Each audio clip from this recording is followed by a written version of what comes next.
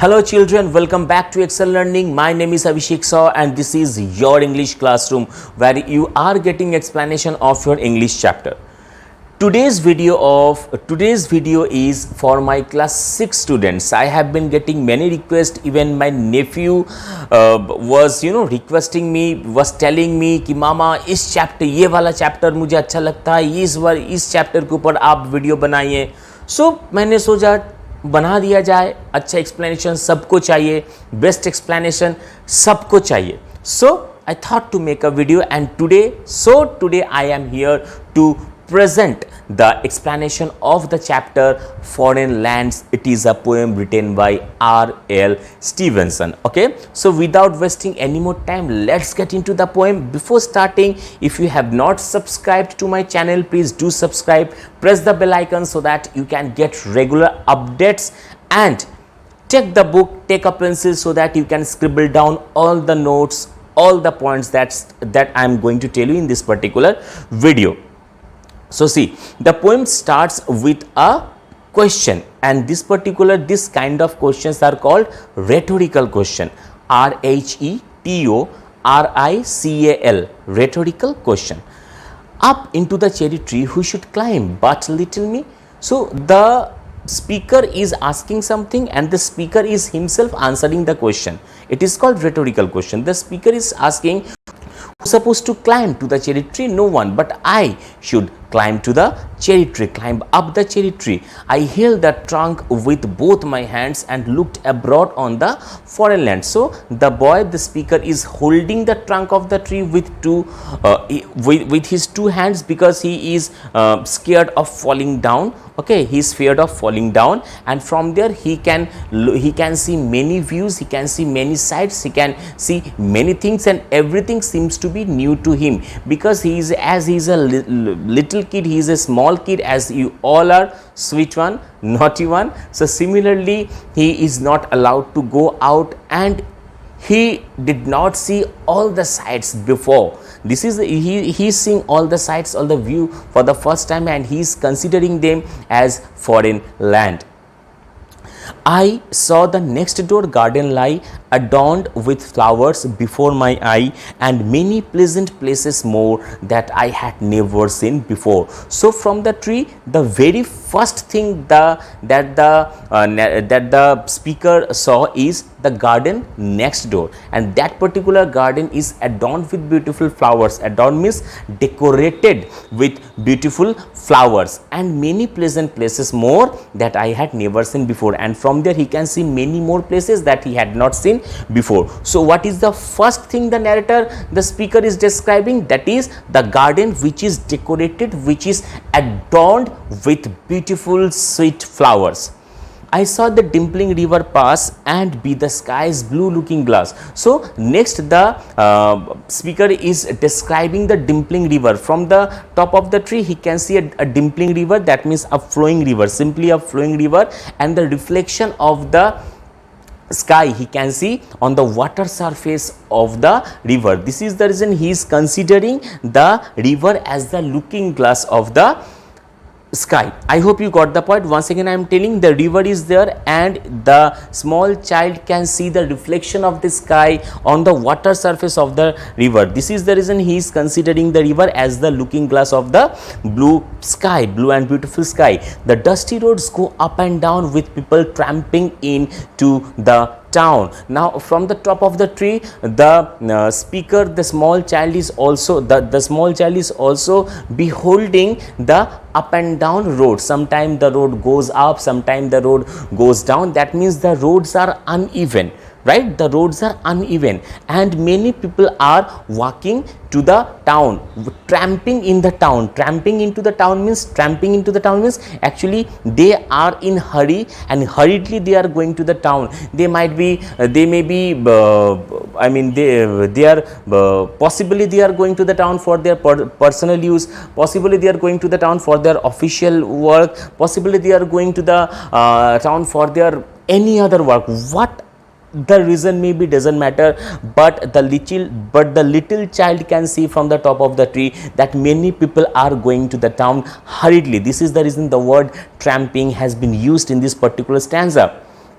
Now, if I could find a higher tree, farther and farther I should see, to where the grown-up river sleeps into the sea among the ships. Very interesting, very fascinating stanza. Now, suppose this is the height of the cherry tree where the child is sitting. Okay. Now the child is telling that if I find a tree higher than the cherry tree, then I can see many more further things I can see from the top of the tree. So this is the height of the cherry tree where the boy is sitting, and from here the little kid can see the next door garden, okay, the road, the river, and the people also. But if he can find a tree higher than the cherry tree, then he can see that where actually the dimpling river is slipping into among the ships. So right now in this particular stanza we are getting that after seeing the next door garden, after seeing the river, after seeing the people, after seeing the up and down uneven roads, right now the speaker is getting more and more curious. He wants to see further, he wants to see more and more sights, he wants to have a glimpse of more and more unknown foreign lands that is completely unknown to the little boy. So if I could find the higher tree, farther and farther I should see. So if the child gets a tree higher than the cherry tree, then he can see many more things, to where the grown up river sleeps into the sea among the ships. So ये भी बोल रहा है कि मैं तब ये भी मैं देख पाऊंगा कि अभी मैं यहाँ से जो रिवर मुझे दिख रहा है वो रिवर कहाँ जाके, कौन सा सी में जाके वो रिवर मिल रहा है, वो भी मैं देख पाऊंगा अगर मैं चेरी ट्री से भी लंबा किसी पेड़ में बैठ सकूं. Last stanza, to where the roads on either hand lead onward into the fairyland. Now in the last stanza the speaker is bringing the reference of fairyland. Definitely it is a child, merely child, okay, so he has that kind of imagination, he loves fairylands, he loves playthings and everything. So to where the roads on either hand lead onward into the fairyland. So right now this is also an imagination of the little child. He is imagining that if I would get a tree higher than the cherry tree, then I would see the roads that lead to the foreign land, that lead to the fairyland, okay, where all the children dine at 5 and all the playing things come alive. So and he is also imagining that in a fairyland all the children have their dinner around or before or at 5 p.m. and after that they used to play, and at that time all the playing things come alive, okay, all the playing things come alive. So now this is the explanation. Now a few things, like in the third stanza I saw a dimpling river pass. Dimpling river, please underline and write personification. What is personification? You must know personification is something where when life has been put into some lifeless object. Now suppose I am telling that suppose this is a pen, okay, this is a pen. Now if we write like this, that I am a pen, my body is made up of plastic, okay, and something has been written on my body. So see, it seems that the pen is talking, the pen is talking, it is called personification. So here dimpling river is a personification, and we can say the last line, and all the playthings come alive. So here we are also getting that all this is also what? This is also personification. Now let's discuss the question answer that have been given in this particular exercise. Suppose like the first one, what was the first foreign land the speaker described? That is the next door garden, okay. See in the second stanza, okay, essentially in the first stanza the speaker is not describing anything. I repeat, in the first stanza the speaker is not describing anything. In the first stanza the speaker has said that he can see many foreign lands from the top of the tree, and he is sitting over there holding the tree trunk with 2 hands. So essentially in the first stanza the speaker is not describing any foreign land. the first description of a foreign land we are getting in the second stanza, and that is the next door garden that is adorned with beautiful, sweet, bright colored, vibrant colored flowers. Second question, what was described as the sky looking glass? That is definitely the surface of the river. Okay, what was the third thing the speaker could see from the cherry tree? See, third thing, the first one the speaker could see, that is the garden. Okay, second thing he could see from the tree is that dimpling river, and third thing he could see the dusty roads. I repeat, first thing he could see from the cherry tree is the next door garden. Second thing he could see the dimpling river, and third thing he could see the dusty road. Okay, so the third thing the speaker could see is the dusty road. Okay, from where could the speaker see the river flow into the sea? From a tree higher than the cherry tree. Number 5, what were the two things the speaker mentioned about the fairyland? Okay, वो दो चीज क्या है जो speaker ने mention किया है about fairyland, and we would get it in the last stanza, that is, in fairylands the children have their dinner around 5 p.m. and after that all the playthings come alive. Okay, these are the two things mentioned by the little child about fairyland. Now let's come to the RTC, that is reference to context. First one, up into the cherry tree who should climb but little me. Who said these lines? Definitely the small child or the speaker of the poem said this. Number B, how could you tell how old the speaker was? So see, first